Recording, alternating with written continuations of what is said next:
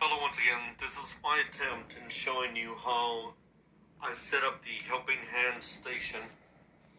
And my fine motor skills, I find that setting everything low helps in soldering. But as I gradually gain practice and experience, I'll be setting everything up high. In some given descriptions, even though this item has already been pre-mounted, I will be describing still that it was hot glued here or mounted there. And in doing so, once again, this is a finished project. If I need to show anybody exactly how to do that, I can show you in a third or fourth video.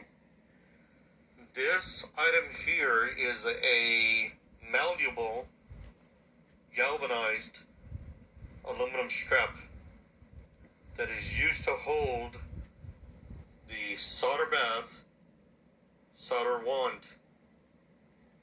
So here we go with the description. Opening shot. Close-up of polycarbonate insulated ring terminals and alligator test terminals. Narrator, today, we're going to create a versatile workstation using polycarbonate insulated ring terminals, alligator test terminals, and some scrap materials. Cut to hands hot gluing the ring terminals to the alligator test terminals. Narrator, first, I hot glued the polycarbonate 10 wire gauge insulated ring terminals to alligator test terminals.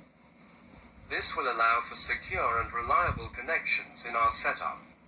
Transition to mounting the terminals onto the aluminum metal plate with Phillips head screws.